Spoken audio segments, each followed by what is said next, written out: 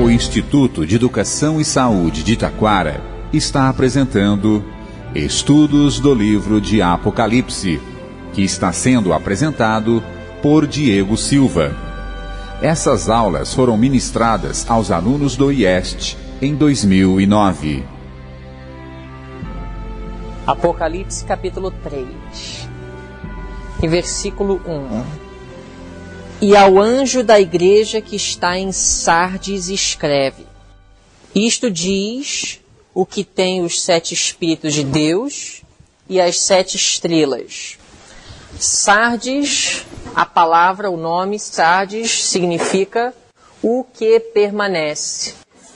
Essa igreja representa o período da igreja protestante, de 1798 a 1833.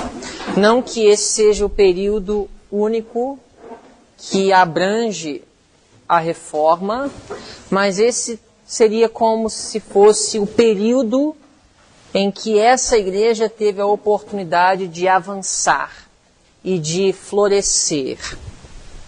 Aquele grande movimento inspirado por Deus que ocorreu durante a última parte da Idade Média na Europa, através de vários homens eruditos, piedosos, que saíram da Igreja Católica protestando contra as dogmas e os erros do catolicismo. Esse grande movimento, até hoje, ele existe nas diversas igrejas que nasceram dele. Nós temos hoje a continuação da Reforma Protestante. Mas, baseado no período de Sardes, não houve um crescimento, não houve progresso, houve uma estagnação daquilo que iniciou. Então é o período da igreja protestante, como se fosse a história, como resultou esse movimento aos olhos de Deus. Okay? É lógico que, segundo o homem, segundo o mundo cristão, esse continua sendo o grande movimento poderoso que foi iniciado por Lutero e Wesley e Calvino e outros homens de Deus da Idade Média. Mas aos olhos de Deus, a igreja de Sardes nos revela que esse movimento não prosseguiu e não continuou sendo especial a ele. Durante esse período, a igreja não estava mais no deserto. A igreja permaneceu no deserto até que ano? 1798. Então, a partir de 1798, a igreja não estava mais no deserto. A igreja de Deus. E a igreja adventista do sétimo dia só surgiu em que ano?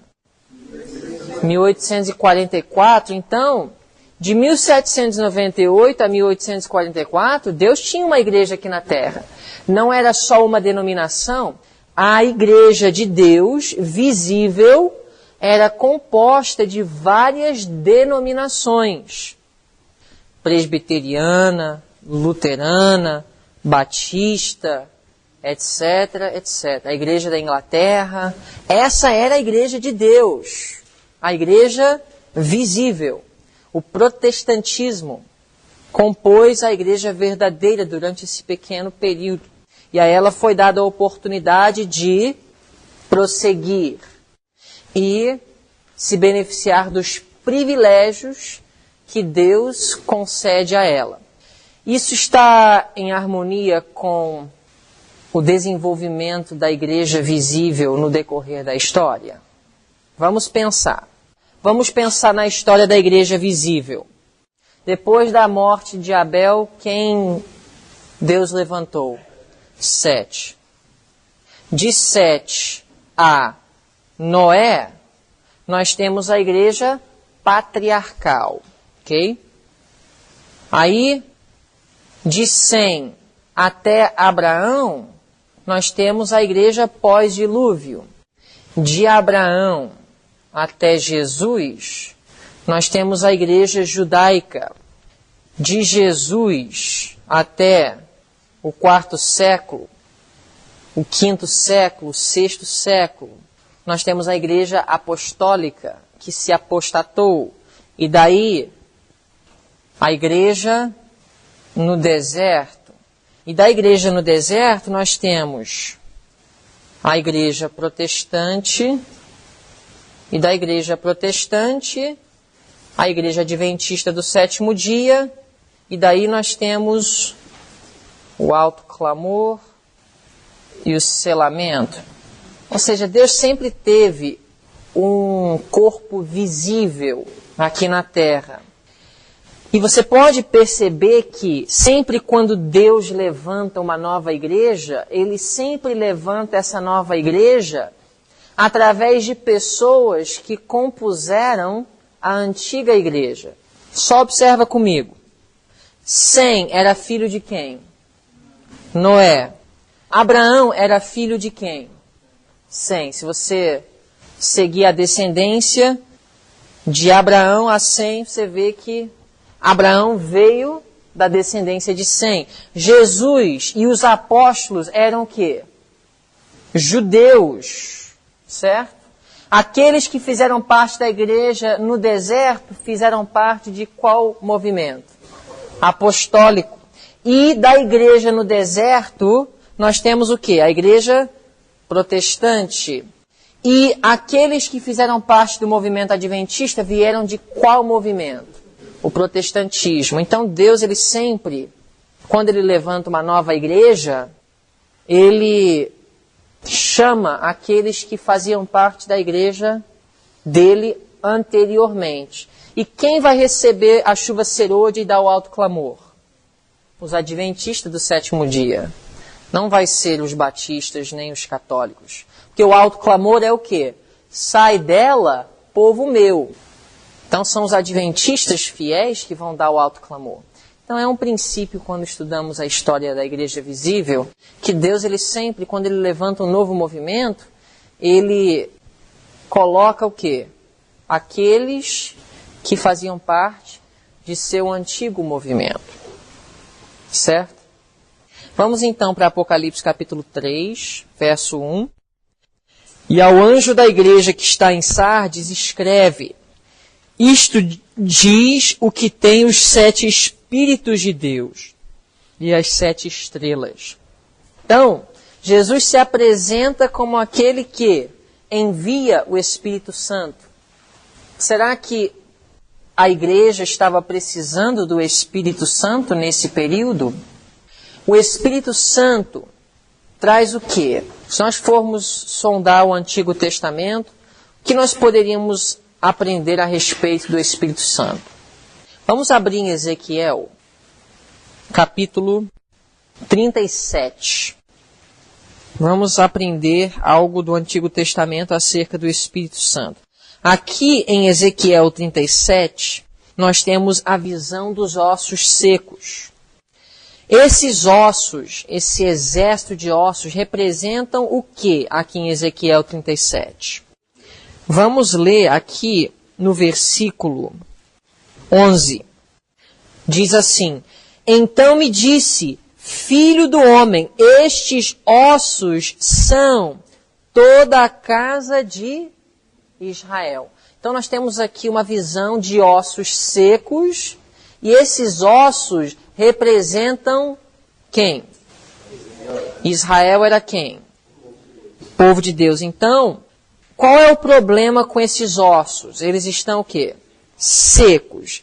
E isso é um símbolo de quê? Vamos para o verso 2. E me fez passar em volta deles, e eis que eram muito numerosos sobre a face do vale, e eis que estavam sequíssimos. Verso 3. E me disse, filho do homem, porventura viverão estes ossos? E eu disse, Senhor Deus, tu sabes. Qual era o problema com os ossos secos? Mortos. Não havia vida. E quando os ossos, que representava quem? A igreja, ela está morta, o que ela precisa para ela tornar a ter vida? Verso 4. Então me disse, profetiza sobre esses ossos, e dize-lhes, ossos secos, ouve a palavra do Senhor. Assim diz o Senhor Deus a estes ossos, eis que farei entrar em vós o quê? O Espírito. E o que acontecerá? Vivereis. Então, quando a casa de Israel está morta, a casa de Israel precisa de quê para ter vida? Espírito Santo. Reavivamento. O Espírito Santo traz vida. Nós vemos isso na própria criação. Quando Deus fez o corpo de Adão, o que precisava para que ele tivesse vida? Fôlego. E outra palavra para fôlego, o Espírito de Deus. Então, no mundo físico, para haver vida, a forma ou a aparência não é suficiente. O que é mais que é necessário? Fôlego ou espírito. No mundo espiritual, a mesma coisa. Para a pessoa ter vida espiritual, ela precisa de quê? Espírito. Agora, é importante nós entendermos uma coisa. A manifestação do Espírito de Deus na igreja traz vida. E às vezes o quadro é invertido. Por exemplo, às vezes nós acreditamos que se eu faço muitas coisas, muita vida na minha forma e aparência religiosa, assim eu vou conseguir o Espírito. Mas isso é o inverso.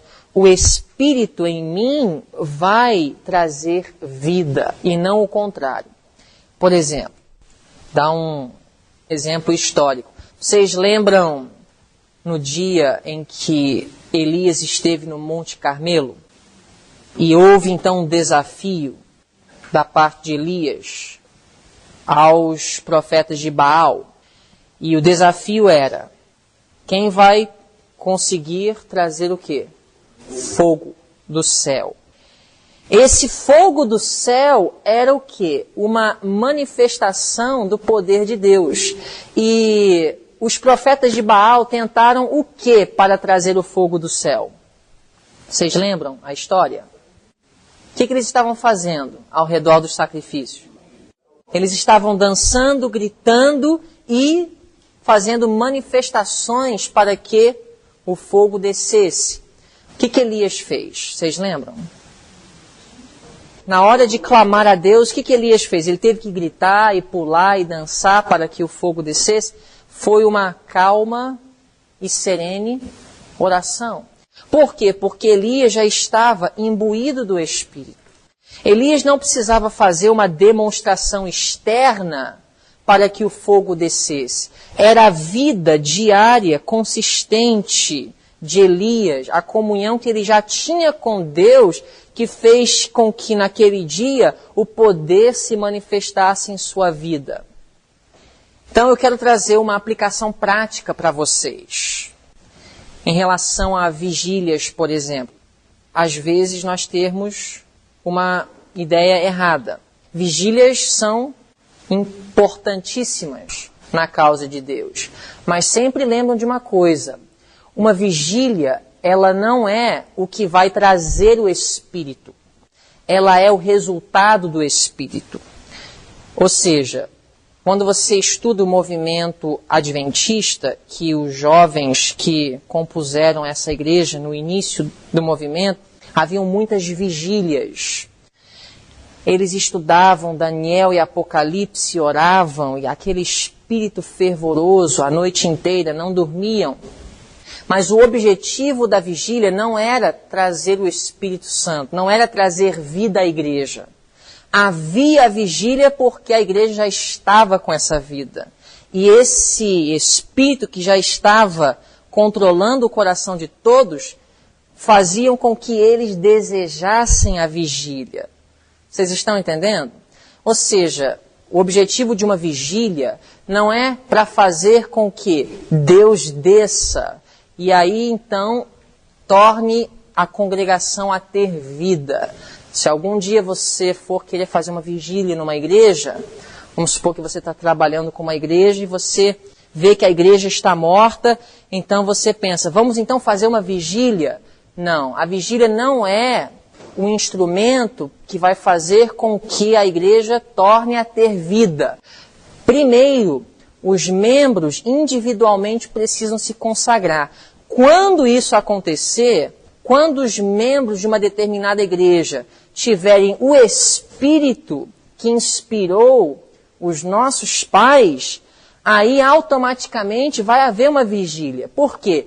Todos vão estar tão sedentos, tão desejosos de estudar a palavra de Deus, que não vão nem querer dormir, vai ser uma coisa mais espontânea. Então a forma, às vezes, ela substitui o Espírito. Hoje, por exemplo, no movimento pentecostal, nos movimentos carismáticos, por que existe tanta dança, tanto pulo e tanto grito? Eles estão tentando trazer vida, porque o Espírito de Deus se ausentou do movimento. Então, eles sentem esse vazio, eles sentem que a religião não tem sentido. Então, para trazer algum tipo de sentimento e emoção e algum sentido à religião deles, eles começam então a substituir isso com o quê? Manifestações externas. Grito, pulo, línguas. Se você estudar a origem de línguas, é uma forma de se sentir apoderado de Deus, do Espírito, sentir a presença dele.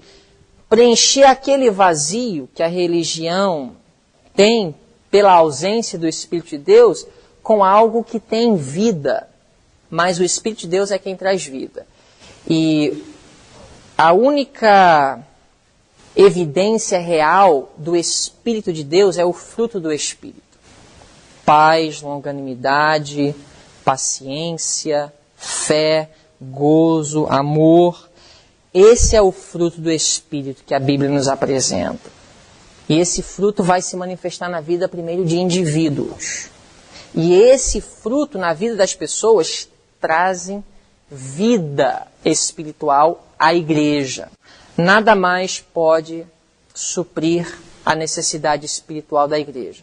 Nem pulo, nem dança, nem um pregador gritando e falando com muito entusiasmo e até mesmo com muita comédia, fazendo com que todos desfrutem de um tempo prazeroso ao ouvir o seu sermão. Nada disso vai trazer vida ao membro, a não ser o Espírito de Deus. Você pode ouvir um sermão e ficar encantado e até emocionado, sair da igreja chorando, mas aí você vai para casa e você grita com os filhos e você não tem gozo e no momento da crise você fica desesperado. A sua religião não mudou. Você apenas foi entretido durante 1 hora no sábado. Mas isso não quer dizer que você foi edificado espiritualmente. E o problema, voltando agora a Apocalipse 3, a igreja de Sardes, é que depois da morte dos fundadores das igrejas protestantes, as igrejas não prosseguiram na luz que iniciou a ser derramada. As igrejas protestantes permaneceram com uma forma, mas sem o Espírito. Vamos ler no verso 1, capítulo 3. Jesus disse assim: conheço as tuas obras, que têm nome de que vives, e estás o quê? Morto. Então, esse povo tinha um nome. O nome era o quê? Protestante. Mas a vida não correspondia com o nome. O nome estava fundamentado no grande princípio do movimento, que era o quê? Protestar contra o erro. E assim os reformadores fizeram. Mas agora, as igrejas durante esse período não deram prosseguimento ao que se iniciou. Ou seja, assim como durante o período de Éfeso, a Igreja Apostólica, durante o período dos 12 apóstolos, havia muito fervor, muitas conquistas, muitos triunfos, mas na medida que os apóstolos foram morrendo, o que aconteceu? O amor se esfriou, ou seja, perdeu o primeiro amor. A mesma coisa aconteceu com Sardes, o primeiro amor foi perdido. Eles não deram continuidade. E no verso 2 diz: sê vigilante e confirma os restantes, ou confirma o que sobrou, que estavam para morrer, porque não achei as tuas obras perfeitas diante de Deus. Aqui nós temos um bom texto para falar sobre perfeição. Aqui nós estamos falando de uma igreja. Mas o que é perfeição para Deus? O que Deus considera perfeito? Por que a igreja protestante, nesse período, não foi considerada perfeita diante de Deus? Perfeição é viver em harmonia com a luz que tem, não é verdade? Deus declara perfeito, Deus considera perfeito aquele que vive de acordo com a luz que tem. Deus só espera de uma pessoa aquilo que é possível ela alcançar. É igual às lições de agricultura. Recentemente eu comecei a plantar pimentão, alho poró, manjericão no copinho. Coloquei a terra adubada e as sementes, e aí tive o privilégio de ver as sementes brotarem e as plantinhas crescerem. Agora, eu posso condenar o alho poró depois de 2 semanas, porque eu ainda não pude desfrutar desse alho poró, que eu ainda não pude colher o fruto? Por que não? Esse alho, ou seja, essa plantinha do alho poró é perfeita? Segundo a definição bíblica de perfeição de caráter, é. Porque eu só posso esperar dessa planta crescimento proporcional a 2 semanas. Entendeu? Eu não posso esperar o fruto maduro. Então, aqui nós temos Jesus declarando que as obras da igreja de Sardes não eram perfeitas diante de seus olhos. Por quê? Porque depois de já agora alguns séculos, ela não tinha crescido de acordo com os seus privilégios. Vocês estão entendendo? Lá na Noruega, o tomate, ele dá fruto mais rápido do que o tomate aqui no Brasil. Apesar de que, em algumas partes do Brasil, você pode cultivar tomate qualquer época do ano. Na Noruega, só uma época. Mas tem determinadas épocas na Noruega, período do verão, em que escurece 10 horas da noite. Os dias são muito mais longos. Então, na Noruega, na época do verão, o tomate ele vai desenvolver muito mais rápido do que o tomate aqui no Brasil, que o ano inteiro você nunca vai ter, mesmo no verão, uma época que escurece 10 horas da noite. Tem alguns lugares que até 11 horas da noite escurece. Então, eu não posso esperar da planta do tomate o mesmo aqui no Brasil do que eu esperaria lá na Noruega na época do verão. Vocês estão entendendo? Ou seja, eu só posso esperar algo de alguém baseado nos privilégios e as circunstâncias favoráveis e levando tudo em consideração, eu vou declarar perfeito ou não. Mas chegou o momento que a igreja protestante, ela deixou de crescer proporcionalmente aos privilégios que a ela foi concedido. Por isso Jesus disse: tens nome de que vives, mas estás morto. Não achei as tuas obras perfeitas diante de Deus. A igreja metodista, presbiteriana, batista, luterana, todas essas igrejas evangélicas, protestantes, Elas tinham uma forma, ela tinha um nome, igual o corpo de Adão, mas sem o espírito. Por quê? Quando luz é rejeitada, não há crescimento, não há vida. E esse princípio tem aplicações em um nível pessoal. Mesma coisa comigo, como pessoa. Eu só cresço espiritualmente na medida que eu vou desfrutando dos privilégios que Deus me dá. Se eu começo a rejeitar luz, Deus não vai me dar maior luz. Se eu começo a rebelar contra Ele em coisas pequenas, eu vou ter o quê? Estagnação em outras áreas da minha vida espiritual. A vida de Deus, ela não pode habitar no coração de alguém que esteja rejeitando qualquer luz que Ele venha derramar. Verso 3, lembra-te, pois, do que tens recebido e ouvido, e guarda-o, e arrepende-te. E, se não vigiares, virei sobre ti como um ladrão, e não saberás a hora que sobre ti virei. Mas também tens em Sardes algumas poucas pessoas que não contaminaram suas vestes, e comigo andarão de branco, porquanto são dignas disso. Algumas poucas pessoas se refere àqueles que, das igrejas protestantes, iriam atender à voz de Deus falando através da profecia.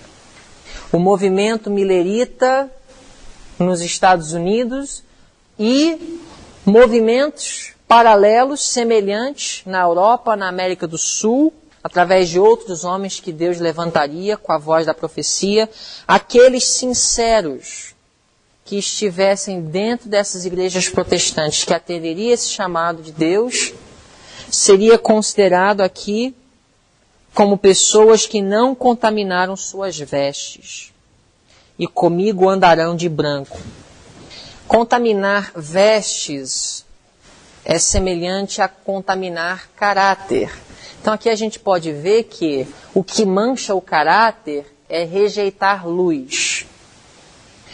O que mancha o caráter é rejeitar luz.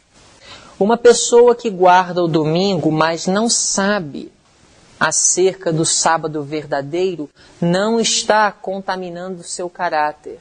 Não está manchando o seu caráter. Deus pode considerar essa pessoa sem falta, sem culpa, diante do seu trono.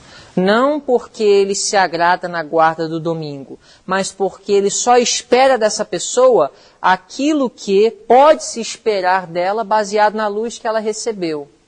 Então, muitas dessas pessoas desse período que atenderam à voz da profecia continuaram guardando o domingo, crendo na imortalidade da alma, mas quando veio a voz da profecia de Daniel e Apocalipse, e eles começaram a se preparar para a volta de Cristo, Deus olhou para esses e disse, eles não contaminaram suas vestes, eles estão sem mancha diante de mim.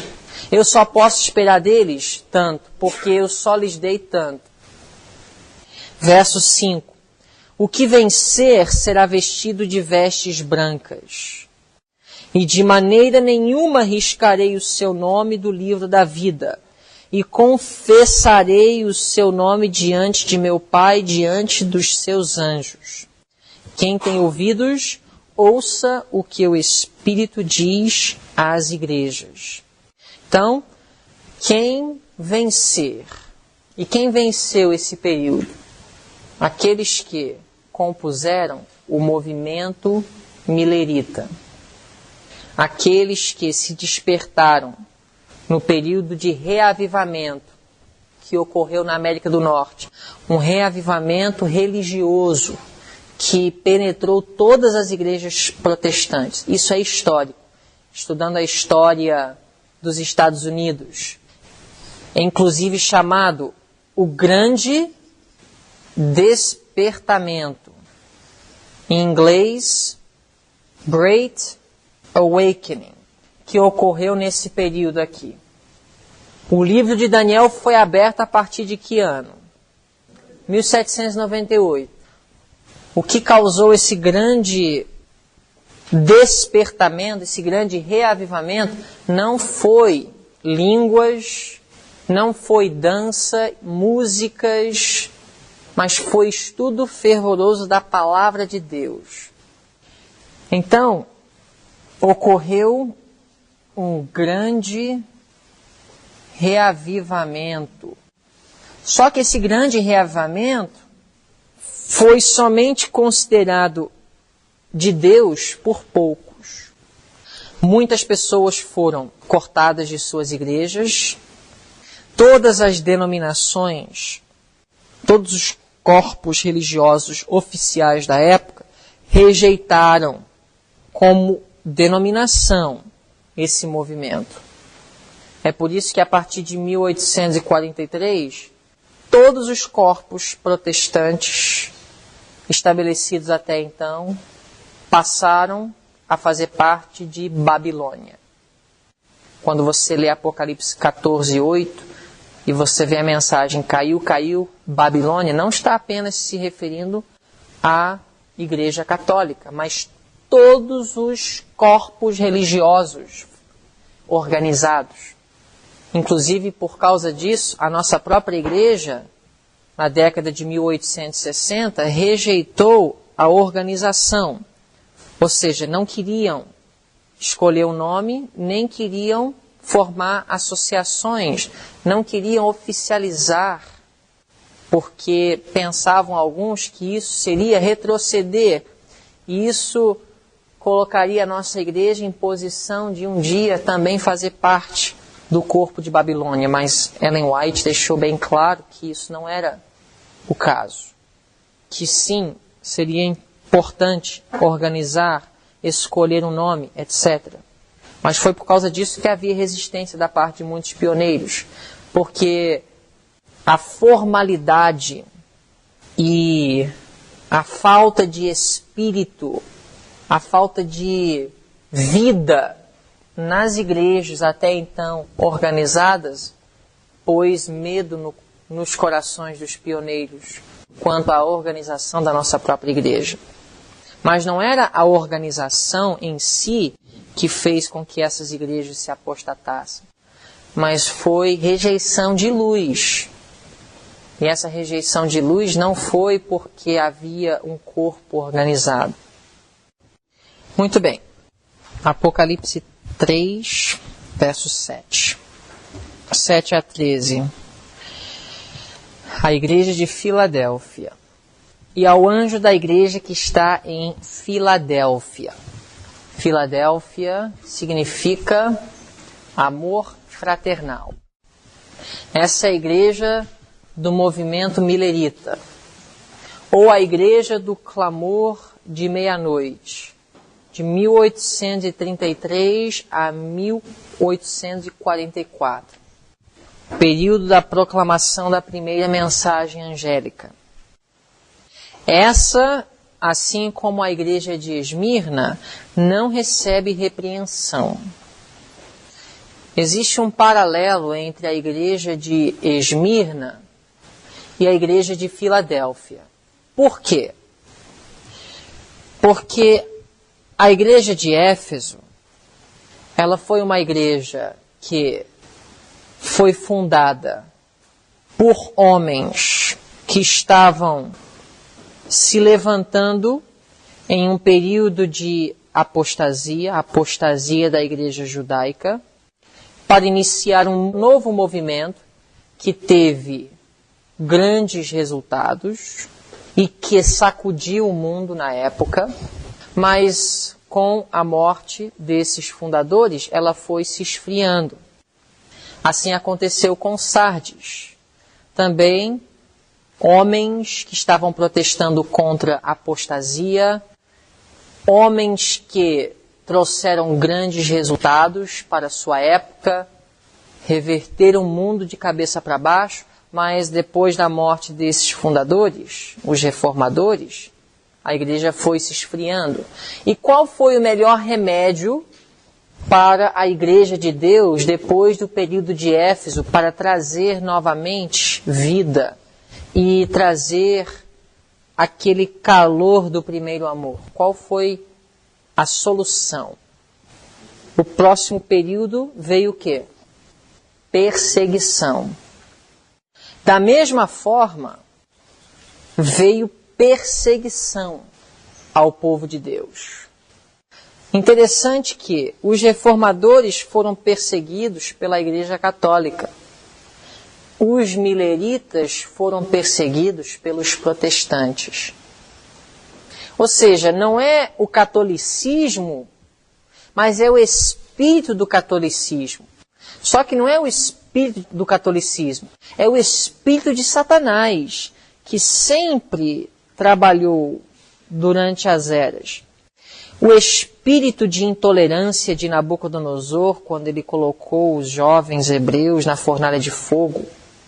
O espírito dos membros do Sinédrio, o sumo sacerdote nos dias de Cristo, que conspiraram contra o Messias, porque o que ele ensinava não batia com o que eles estavam promovendo diante do povo.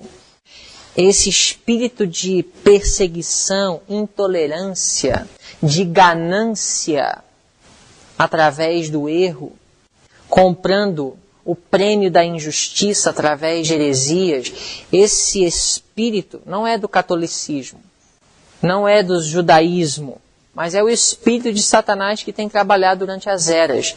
E esse mesmo espírito penetrou o protestantismo. É interessante que os peregrinos saíram da Europa para os Estados Unidos fugindo de quê? Perseguição, intolerância. Eles queriam poder praticar sua religião sem ser perseguido pelos católicos.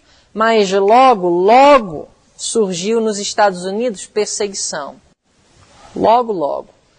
Os corpos protestantes que se colonizaram em diferentes estados dos Estados Unidos oficializaram suas religiões naquele estado.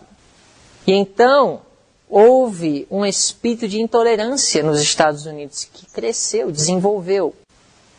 Tem um estado chamado Rhode Island, que foi um estado que marcou o princípio da separação oficial de igreja e Estado, fundado por um homem chamado Roger Williams, um batista, que fugiu de Massachusetts por causa de intolerância religiosa. E ele começou a se despertar para a realidade que, nos Estados Unidos, os erros da Idade Média estavam se repetindo. O batista não pode perseguir o presbiteriano, e o presbiteriano não pode perseguir o metodista, e a igreja reformada não pode perseguir a católica, porque existe pensamentos diferentes. E então, ele foi um grande homem no que diz respeito à separação de igreja e Estado e liberdade religiosa nos Estados Unidos, mas houve terríveis perseguições. No estado da Virgínia, por exemplo, numa cidade chamada Culpeper, uma vez um homem foi pedrejado por protestantes, porque ele não compartilhava das mesmas convicções da Bíblia, no centro da cidade. E é uma cidade perto onde eu estudei, eu visitei, e é um fato histórico, ou seja, a intolerância papal, o espírito dela estava infiltrando os Estados Unidos. Sabe aquele espírito? No Brasil foi diferente. Os jesuítas logo colonizaram e convertiam os índios através da força. E quem não cooperava, havia tortura, morte. Assim se desenvolveu o catolicismo aqui na América Latina. Nos Estados Unidos foi diferente. A história, inclusive, muito interessante. Então, esse período de 1833 a 1844 foi um período de perseguição. Vocês podem ler também no Testemunhos para a Igreja, volume 1, como foi para Ellen White e sua família quando eles iam apenas ouvir Guilherme Miller pregar. A Igreja Metodista fez o que com a família White? Exclusão. Só por ouvir, só por frequentar uma reunião. É o espírito papal. Intolerância. Esse espírito não deve fazer parte do povo de Deus. E ao anjo da igreja que está em Filadélfia escreve: isto diz o que é santo, o que é verdadeiro, o que tem a chave de Davi, o que abre e ninguém fecha, e fecha e ninguém abre. Vamos aprender um pouco sobre a chave de Davi? Vamos abrir nossas Bíblias em 2 de Crônicas 8:11. Diz assim: e Salomão fez subir a filha de Faraó da cidade de Davi para a casa que lhe tinha edificado. Porque disse: minha mulher não morará na casa de Davi, rei de Israel, porquanto santos são os lugares nos quais entrou a arca do Senhor. Onde estava a arca do Senhor no Antigo Testamento? A arca da aliança. Vocês lembram? Onde ficava a Arca da Aliança? E o lugar santíssimo de quê? Do santuário. E aqui a Bíblia chama o santuário de quê? Casa de quem? Casa de Davi. Vamos abrir em Salmo 122:5. Pois ali estão os tronos do juízo. Os tronos da casa de Davi. Casa de Davi é o quê? Santuário. E ali no santuário estão o quê? Tronos de juízo. Então, juízo está relacionado com o santuário. Vamos abrir em Isaías 22, verso 22. Esse texto aqui em Isaías 22 é o texto de onde é extraído essa passagem de Apocalipse 3, falando de Cristo, sua apresentação à igreja de Filadélfia como aquele que tem a chave de Davi, que abre e ninguém fecha, e fecha e ninguém abre. Vem desse texto aqui. E porei a chave da casa de Davi sobre o seu ombro, e abrirá e ninguém fechará, e fechará e ninguém abrirá. Parece com o texto de Apocalipse 3? Parece, não parece? E porei a chave da casa de Davi sobre o seu ombro, e abrirá e ninguém fechará, e fechará e ninguém abrirá. O que diz em Apocalipse 3, 7? Isto diz o que é santo, o que é verdadeiro, o que tem a chave de Davi, o que abre e ninguém fecha, fecha e ninguém abre. O que está faltando aqui no verso 7 de Apocalipse 3, que foi mencionado em Isaías 22, 22? Qual é a frase? Casa de Davi. Aqui no capítulo 3 do verso 7 de Apocalipse diz: isto diz o que é santo, o que é verdadeiro, o que tem a chave de Davi. Isaías 22, 22, e porei a chave da casa de Davi. A chave de Davi é de quê? Da casa de Davi. E a casa de Davi é o quê? O santuário. E o santuário está relacionado com o quê? Juízo. Então aqui nós temos Jesus se direcionando ao povo que viveria durante o período da mensagem do clamor da meia-noite, a primeira mensagem angélica, o movimento milerita, e ele fala que ele tem a chave do santuário. E especificamente o compartimento que está relacionado com juízo, lugar santíssimo. Aqui Jesus se apresenta como aquele que tem a chave para abrir uma porta que entraria no lugar santíssimo.